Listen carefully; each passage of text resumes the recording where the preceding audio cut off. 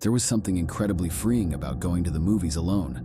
The silent thrill of watching a story unfold just for you, uninterrupted by whispers or shared popcorn. That day in Naperville, with an afternoon off work, I decided to treat myself to a movie. A retro cinema in town was doing a special screening of The Exorcist. Perfect for some daytime chills. The Naperville Theater was iconic, an ode to an era long past, with its velvet curtains, ornate ceiling, and those old wooden seats that squeaked if you shifted. Despite its age, there was a certain charm about the place, nestled between modern establishments, a beacon of nostalgia. Walking into the lobby, I noticed the emptiness. It was a weekday afternoon, after all. The dim interior with its gentle hum of the air conditioner felt even more pronounced. Buying a ticket, the attendant, an elderly gentleman with silver hair and glasses, said, "Ah, brave soul watching this in the afternoon, huh? Enjoy." I chuckled, thinking he was referring to my choice of a horror movie. Armed with a small tub of buttery popcorn, I made my way inside. I wasn't completely alone. Toward the front, I spotted a figure. From the back, it looked like a man, perhaps in his 40s, with a grayish hue to his attire, which appeared outdated, like something out of the 70s. Shrugging, I settled into a seat midway up, optimal for both audio and visuals. The movie started with its haunting theme pulling me in instantly. A good half hour in, during one of those quiet moments in the film, I felt a distinct sensation of being watched. Casting a cursory glance around, I saw the man had moved a few rows behind his original spot. His face was still not visible, buried in shadow, but his posture was eerily rigid. His head was turned not to the screen, but directly at me. A chill ran down my spine. Maybe he needed to change seats for a better view. Dismissing the discomfort, I refocused on the movie. However, the feeling persisted. Over the next hour, every so often, I'd catch him switching seats, always closer to my row. He never once looked at the screen, his entire attention fixed unnervingly on me. His steady, silent gaze began to feel more terrifying than the horrors playing out on screen. Near the climax of the film, he was a mere 2 rows away. I could almost make out his features. Pale, almost translucent skin, hollow eyes, and a passive expression. What did he want? Why was he watching me? Fear was fast replacing intrigue. I considered leaving, but the movie was nearing its end. Plus, confronting an unsettling stranger in a dark theater wasn't my idea of wise. As the credits rolled, I shot up, not even waiting for the lights. I rushed out, almost dropping my popcorn tub, and made a beeline for the exit. Once outside, under the reassuring blanket of daylight, I let out a breath I hadn't realized I'd been holding. I quickly headed to the box office, wanting to alert someone about the strange man inside. The elderly attendant looked up, surprise evident in his eyes. "How was the movie? Scary, huh?" "Listen," I began. "There's a man inside. He kept moving seats and watching me. It was really creepy. You should check it out." He frowned. "Man? Inside? You were the only ticket I sold for this screening." I laughed nervously. "Come on, stop joking. He was right there in front of me." His expression remained unchanged, solemn. "Young lady, I assure you, you were the only one in that hall." A rush of terror overwhelmed me. Racing back inside, I scanned the now-lit theater. It was empty. Every seat, including the ones he'd occupied, was vacant. The weight of the realization hit me hard. The theater, the choice of movie, the solitary figure. Had I encountered a ghost from the theater's past? Returning to the lobby, the attendant handed me a pamphlet. "We often have special screenings of old movies. Some say the theater's past viewers never left. They're particularly fond of horror movies." Stumbling out, I promised myself never to watch a horror movie alone, especially in a theater that had more than just cinematic ghosts. Over the next few weeks, tales of the haunted Naperville Theater became my go-to story at gatherings. Some listened with skepticism, others with wide-eyed fear. Whether they believed me or not, the empty theater that day was the most crowded place I'd ever been in. It was my 3rd month in the picturesque town of Aylesford. I had moved into a cozy, ivy-clad cottage at the edge of the woods, looking for peace after the turmoil of city life. But the serenity I craved was about to be violently interrupted. It began on a night no different from any other. The chirping of crickets outside my window serenaded me to sleep. As the boundary between consciousness and dreams began to blur, I felt it, a pressure on my chest. Opening my eyes, I was met with the sight of a haggard old woman, her skin the texture of cracked porcelain, eyes hollow, staring deep into mine. I couldn't breathe, couldn't move. Just as I felt I would pass out, she disappeared, and I gasped for air. I dismissed it as a night terror, a product of the stress I was running from, but the next night, she returned. Again, right on the cusp of sleep, the weight returned on my chest. Her face, mere inches from mine, was more detailed now. Wisps of thin gray hair framed it, and her eyes seemed to glow with an inner torment. Each night she would visit, and each morning I'd be drenched in sweat, the fatigue building up. Friends and colleagues began to notice the dark circles under my eyes, the constant jumpiness. "I think my house is haunted," I confided to Sarah, my closest friend in Aylesford, over coffee. She gave me a sympathetic look, mistaking my genuine fear for exhaustion. "It's just the stress, Himaki," she said, patting my hand. "New place, new job. Give it some time." But I knew better. Each night, the encounters became more intense. The old hag didn't just stare. She now whispered in a language I couldn't understand, her cold breath sending shivers down my spine. Desperate, I turned to the internet and stumbled upon articles about the old hag syndrome, a phenomenon where one feels a presence just before falling asleep, often accompanied by an inability to move. But my experience was different. It felt too real, too tangible. One evening, Mr. Mitchell, my elderly neighbor, saw me installing cameras in my bedroom. "Trying to capture the old hag?" he asked with a knowing glint in his eye. I stared at him, stunned. "You know about her?" He nodded. "Lived in that cottage for years. My wife, God rest her soul, saw her too. Said the old hag was a widow from the 1800s, waiting for her lover who never returned from the war." I shivered. The history of my home was revealing itself in the most horrifying way. The recordings each morning showed nothing, but the audio captured the whispers. I played them to Sarah, hoping she'd believe me, but she dismissed them as interference. "They're just random noises," she said, trying to comfort me. "You're working yourself up." But soon the physical toll became evident. I began to sport scratches, bruises. One night I felt the hag's bony fingers tighten around my neck, choking me. I woke up, gasping, marks evident on my skin.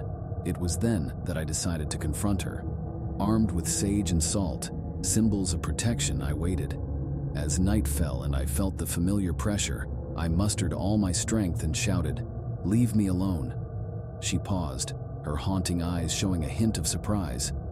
In that moment, I felt her sorrow, her endless weight, and her anger at being forgotten. Tears streamed down her face as she slowly faded away.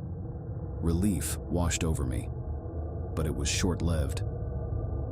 The next day, I collapsed at work, my body finally giving in to the weeks of torment. I woke up in the hospital, Sarah by my side. "You gave us a real scare," she said, her voice breaking. The doctors were baffled. They chalked it up to extreme exhaustion. But Sarah had something to show me. From her bag, she pulled out an old diary she'd found at the town's library. It belonged to the old hag, whose real name was Eleanor.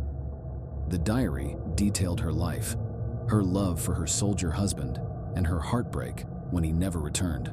Her loneliness in those pages mirrored my own, and in her words, I felt a connection.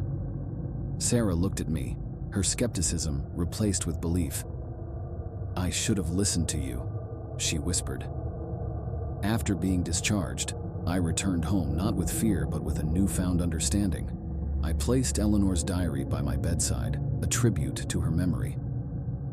Some nights, just before sleep takes over, I think I see her. But she no longer comes with malice. She stands by the window looking out as if waiting, I'd like to think she's found some peace just like I have in the quiet town of Aylesford. First streets of Crestwood, once a haven of security for me, had now transformed into a stretch of trepidation. Each night, post my grueling shift at the local hospital, the once peaceful 15-minute walk had turned into a torturous gauntlet. About 2 weeks into my night shifts, I began to notice him. At first, he was just a silhouette, a distant figure that seemed to appear out of nowhere whenever I looked over my shoulder. I tried convincing myself that it was mere coincidence, perhaps another soul returning from a late-night outing, but the pattern became undeniable, and the feeling of being stalked grew more intense. A memory from a week ago gnawed at my mind. I recalled a patient with a minor but persistent injury. His gaze had lingered a tad too long, his compliments a bit too forward. The flattery I had shrugged off then seemed sinister now. He had a peculiar way of speaking, like someone who had rehearsed their lines, but had never truly felt them. When he talked about the beauty of my eyes, he had a distant look, as if he wasn't complimenting me but someone from his past. My once leisurely stroll transformed into a game of evasive maneuvers. Some nights I'd dip into an alleyway or detour through the maze-like streets of downtown Crestwood, hoping to shake him. One evening, I even ventured into Oliver's bar, waiting for an hour, nursing a drink. The night I decided to take the longer route past Lark's Pond was the first time I genuinely feared for my safety. The quiet gurgling of the water and the distant croaking of frogs were punctuated by his muffled footsteps. They would draw close, then recede, like a predator playing with its prey. Sarah, my closest friend and colleague, became my confidant. She would listen patiently, her brow furrowing with concern each time I recounted my nightly escapades. "You need to report this," she'd often urge, but I would dismiss it, thinking he was harmless. One particularly cold October night, with the wind howling through the streets and carrying the rustling leaves in its wake, everything changed.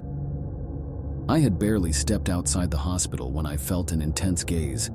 The streetlights were flickering, and the shadows played tricks on my eyes.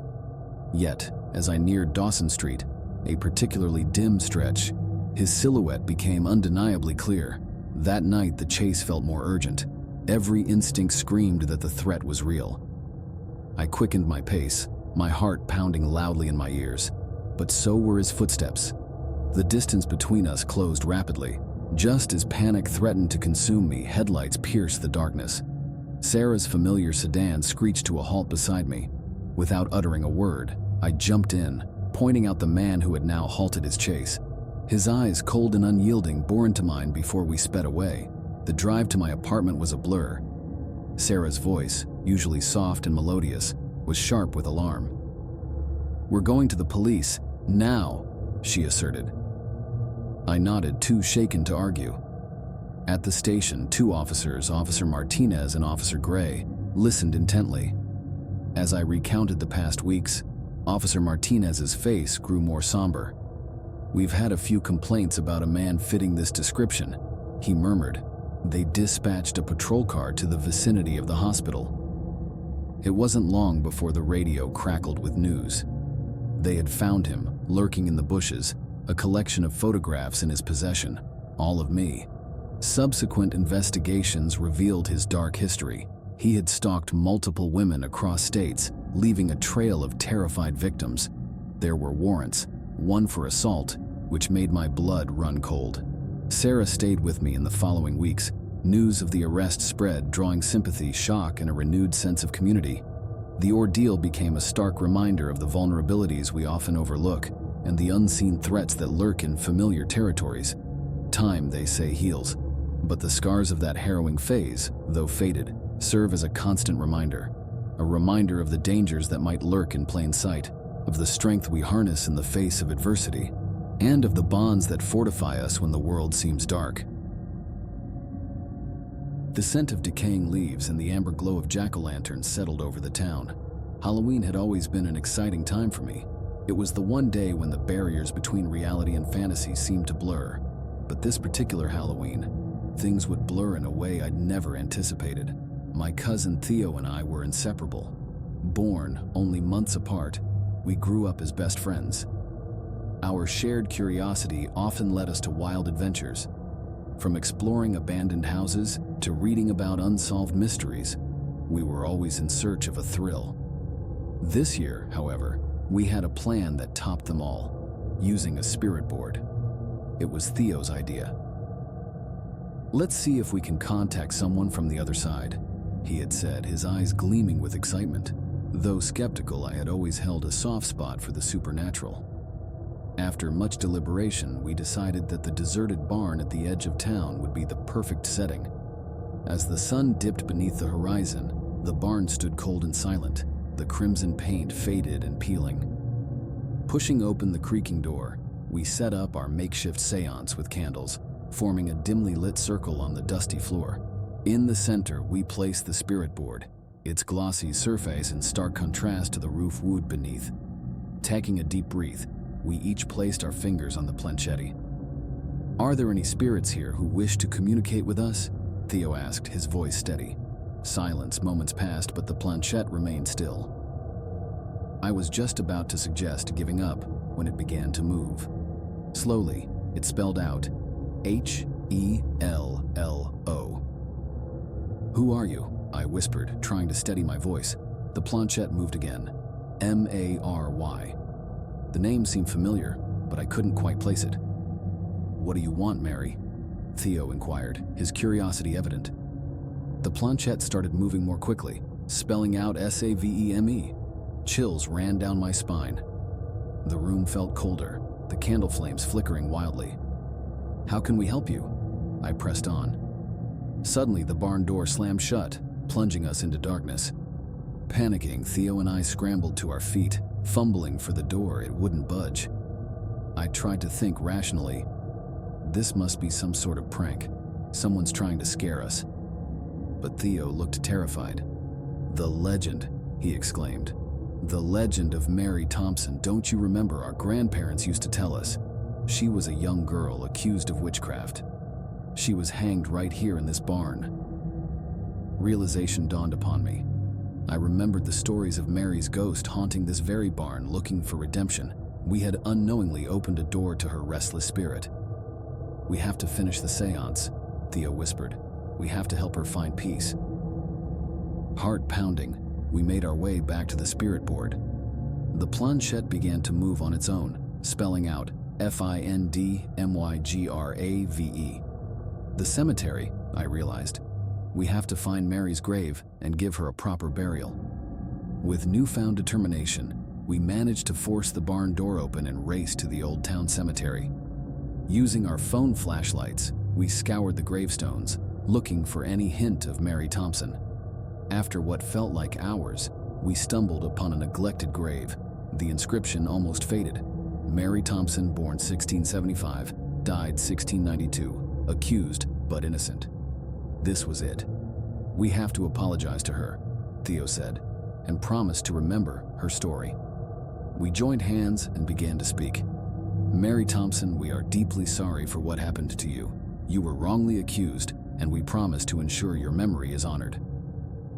Suddenly, a gust of wind blew, and the atmosphere felt lighter. Returning to the barn, we packed away the spirit board, vowing never to touch it again. The next day, with the help of some local historians, we organized a ceremony to honor Mary Thompson. Word spread, and the whole town turned out, coming together to remember and pay respects to an innocent soul wronged by history. The barn was later turned into a small museum, dedicated to the memory of Mary and others like her. And as for Theo and me, we learned a valuable lesson about meddling with the unknown. Every Halloween, we'd visit the barn and lay flowers on Mary's grave, ensuring that her spirit found peace and that her story was never forgotten.